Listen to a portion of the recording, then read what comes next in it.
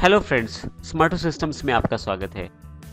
इस सेशन में हम जानकारी लेंगे कि किस प्रकार हम CSS को प्रैक्टिकल और एक्सपेरिमेंटल वर्कआउट में किसी ब्राउज़र में देख सकते हैं।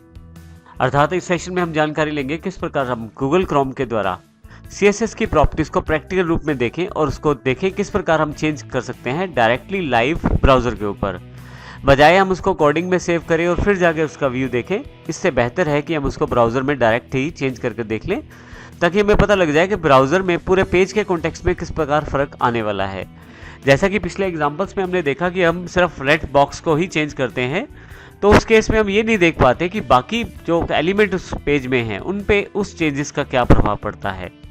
लेकिन जब हम डायरेक्ट किसी ब्राउज़र में चेंजेस करते हैं तो उसमें हम आसानी से देख सकते हैं कि बाकी सभी एलिमेंट पे उस एलिमेंट को चेंज करने का क्या प्रभाव पड़ता है। तो आइए देखते हैं गूगल क्रोम में हम इसको किस प्रकार समझ सकते हैं। सबसे पहले इसके लिए हम at.inspect-element.css फोल्डर में इस प्रोग्राम को ओपन करेंगे, जो कि गूगल क्रोम में इसको चेंज करके देखेंगे। तो आइए शुरू करते हैं।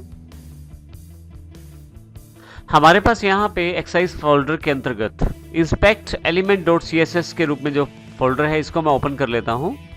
दो फाइलें अवेलेबल है padding.html और mystyle.css के साथ, जिसको मैंने ऑलरेडी ओपन किया हुआ है अपने नोटपैड में। आप देखेंगे कि सिंपल फाइल्स हैं जैसे कि हमने पहले प्रयोग किए हैं padding.html और mystyle.css में। padding.html में t बॉक्स क्लास है जो कि p से रिलेटेड है, और इसी तरह से यहाँ पे h1 का प्रयोग किया गया है। आइए प्रैक्टिकल रूप में देखते हैं इसको ब्राउज़र में खोलकर। ब्राउज़र में पहले से फाइल ओपन है, मैं इसे रिफ्रेश कर लेता हूँ। यहाँ पे एक बॉक्स जो है वो रेड बॉक्स रिप्रेजेंट किया गया है ब्लू बॉर्डर के साथ, और फर्स्ट हेडिंग दिया गया है। सबसे पहले हम देखते हैं किस प्रकार इसको गूगल क्रोम के द्वारा देखा जा सकता है। गूगल क्रोम में प्रैक्टिकल एनवायरनमेंट में देखने के लिए राइट क्लिक करें, कहीं पे इंस्पेक्ट पे चले जाएं। यहाँ पे आपके पास एक पेन राइट हैंड साइड पे ओपन हो गया है जिसमें काफ़ी सारी चीज़ें दी गई हैं, जिसमें सबसे पहले लेफ्ट वाले बॉक्स में HTML की बेसिक कोडिंग दी गई है। राइट हैंड साइड पे स्टाइल्स कंप्यूटेड इवेंट लिस्टर के रूप में आपके पास CSS की जानकारी दी गई है। नीचे की तरफ कंसोल भी है जो आपको मैसेज देता है, और इसी तरह से ऊपर की तरफ काफ़ी सारे मेन्यू ऑप्शंस भी अवेलेबल हैं। लेकिन अभी हमें सिर्फ HTML और CSS की आवश्यकता है, तो हम सिर्फ इन दो बॉक्सेस पे कंसंट्रेट करते हैं। आप देखेंगे यहाँ पे मेरे पास पूरे के पूरे पेज का कोडिंग दिया गया है HTML में। आप यदि यहाँ देखें, क्लिक करें तो HTML, फिर हेड है उसके अंतर्गत, फिर बॉडी सेगमेंट है, और फिर हमारे जो एलिमेंट हैं वो दिखाए गए हैं। जैसे P क्लास है, अगर मैं क्लिक करता हूँ P क्लास पे तो ब्राउज़र में उसको सेलेक्ट कर लिया जाता है, और राइट हैंड साइड पे उसकी प्रॉपर्टीज़ भी दिखा दी जाती हैं जो कि CSS प्रॉपर्टीज़ हैं। इसी तरह से यदि H1 पे क्लिक करता हूं तो H1 की प्रॉपर्टीज़ भी दिखा दी जाती हैं। नीचे की तरफ यहाँ पे एक बॉक्स मॉडल को रिप्रेजेंट किया जाता है। बॉक्स मॉडल अभी हमने नहीं किया है, पर आने वाले सेशन में इसे हम अभी अवश्य करेंगे। परंतु अभी जैसा हमने पिछले सेशंस में बॉक्स को देखा है, बिल्कुल उसी चीज़ की बात है यहाँ पे। हमारे बॉक्स और CSS के बॉक्स मॉडल में थोड़ा सा ही फर्क है, हम अभी उसे अगले सेशन में समझेंगे। परंतु यहाँ पे अभी के समझने के लिए जो इम्पोर्टेंट पॉइंट ये है कि हमारे पास लेफ्ट साइड पे कोडिंग है HTML की, राइट हैंड साइड पे कोडिंग है CSS की। ऊपर की तरफ से एक सिलेक्टर दिया गया है, अगर मैं इसे क्लिक कर देता हूँ तो ये ब्लू कलर का हो जाएगा।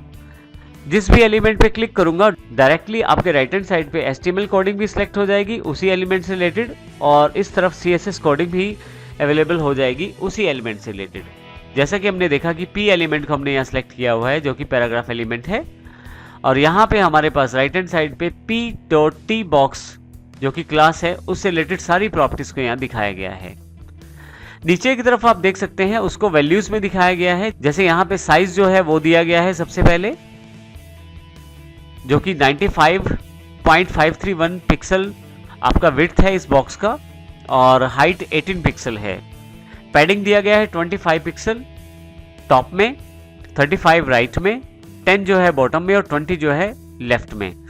यही प्रॉपर्टीज यहाँ पे डिफाइन की गई हैं। अब यदि ऊपर की तरफ देखें, इस तरह से बॉर्डर को भी दिखाया गया है। 2 पिक्सल का यहाँ पे बॉर्डर है जो कि ब्लू कलर का है।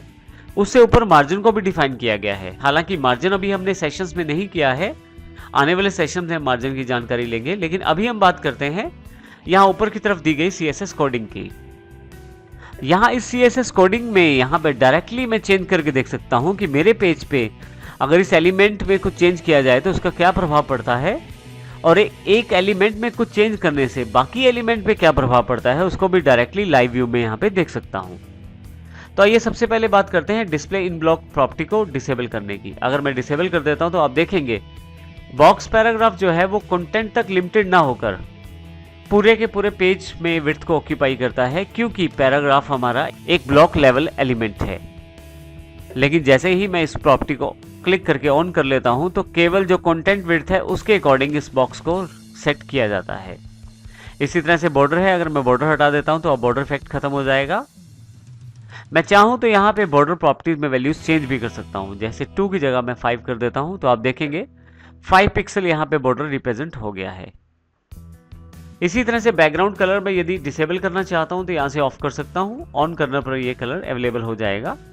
इसी तरह से मैं कलर वैल्यू को भी यहाँ पे चेंज कर सकता हूं।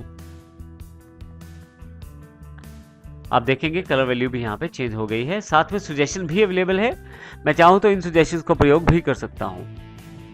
इसी तरह से पैडिंग टॉप जो दी गई है उसमें मैं चेंजेस कर सकता हूँ। टॉप पैडिंग को यहाँ मैं 50 पिक्सल करना चाहता हूँ। आप देखेंगे यहाँ पे चेंज हो गया है। यहाँ मैं फिर से 50 पिक्सल कर देता हूँ पैडिंग टॉप को। बॉटम वाली साइड से यहाँ पे मैं 20 पिक्सल पैडिंग स्पेसिफाई कर देता हूँ। जैसे जैसे आप चेंज करते जाएंगे वैसे वैसे यहाँ पे बॉक्स में प्रॉपर्टीज को अपडेट किया जाएगा और साथ ही यहाँ पे ब्राउजर में इसका लाइव प्रीव्यू भी दिखाया जाएगा। मान लीजिए पैडिंग लेफ्ट को यहाँ से मैं 100 पिक्सल कर देता हूँ तो आप देखेंगे 100 पिक्सल हो गया है। एक बार फिर से पैडिंग टॉप को यहाँ पे मैं 150 करना चाहता हूँ तो आप देखेंगे 150 करने के साथ फर्स्ट हेडिंग जो है वो कुछ पिक्सल नीचे आ गया है, क्योंकि इसका बॉक्स पैराग्राफ का हाइट बढ़ गया है। तो इस प्रकार ना केवल आप उस पर्टिकुलर एलिमेंट को देख सकते हैं जिसमें आप चेंजेस कर रहे हैं, बल्कि उसके साथ साथ जुड़े हुए बाकी सभी एलिमेंट्स को भी देख सकते हैं कि उन पर क्या प्रभाव पड़ता है एक एलिमेंट को चेंज करने का।